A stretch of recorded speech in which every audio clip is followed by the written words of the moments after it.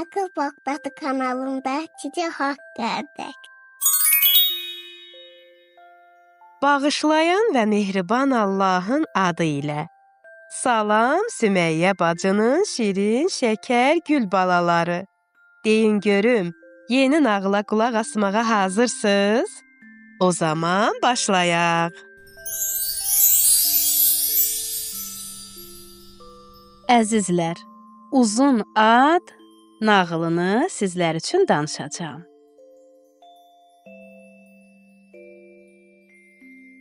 Biri var idi, biri yox idi. Çox qədim zamanlarda uzaq Çin diyarında bir kənd var idi. Bu kənddə belə bir adət var idi ki, ilk oğlan uşaqlarına çox uzun ad qoyurdular. Onlar inanırdılar ki, uzun ad insanı böyük və əzəmətli edər. Elə bu səbəbdən adlar get-gedə daha da uzun olurdu. Bir gün Allah bir cüt cavan valideynə bir oğlan övladı bəxş etdi. Onlar da sevinə-sevinə uşaqlarının adını Riki Tiki, Tambonuşi, Rambo, Hari, Bari, Buşki, Pari, Pin qoydular. Hər kim uşağı görməyə gəlirdisə və bu adı eşidirdisə deyirdi: "Vay, nə gözəl ad, həm də nə qədər uzun." Bir müddət keçdi və Allah bu ailəyə bir oğlan uşağı daha verdi. Amma bu dəfə uşağın adını Afo qoydular. Belə qısa və sadə.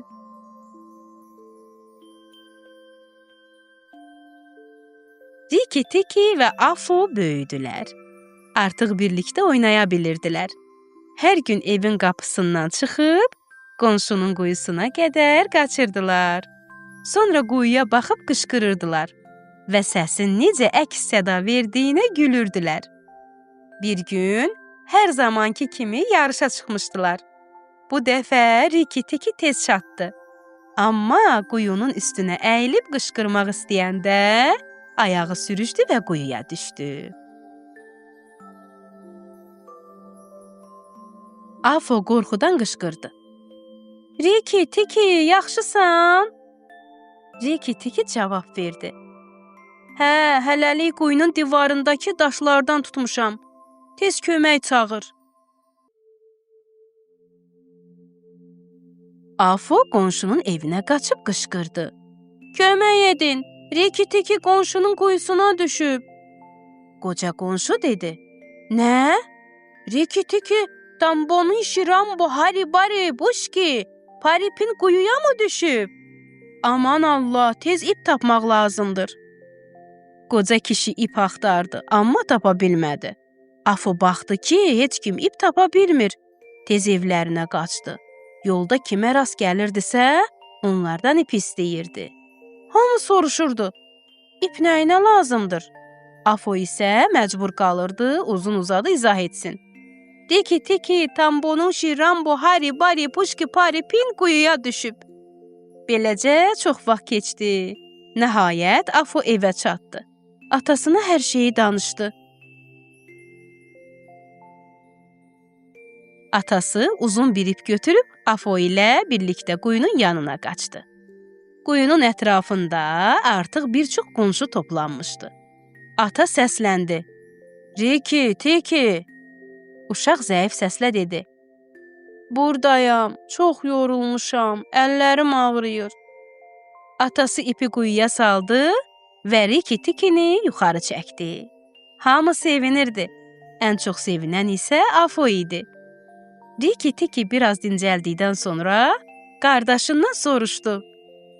"Niyə bu qədər gec gəldin? Az qalmışdı düşüb batım." Afo dedi. "Nə edəydim? Adın o qədər uzundur ki, kimə danışırdımsa hamısının adını tam deməli olurdum. Buna görə çox vaxt itirdim." Riki Tiki bu sözləri eşidəndə atasına dedi. "Ata, zəhmət olmasa adımı qısalt. Əgər bir neçə hərf də artıq olsaydı, yəqin ki, quyuda batmışdım." Hamı güldü. Atası da razılaşdı və onun adını Riki Tiki olaraq qısaltdı. O gündən sonra kənddə heç kim uşağına uzun ad qoymadı. Əziz balalarım, nağılımız barəsində şəkil çəkib bizə göndərməyi unutmayın.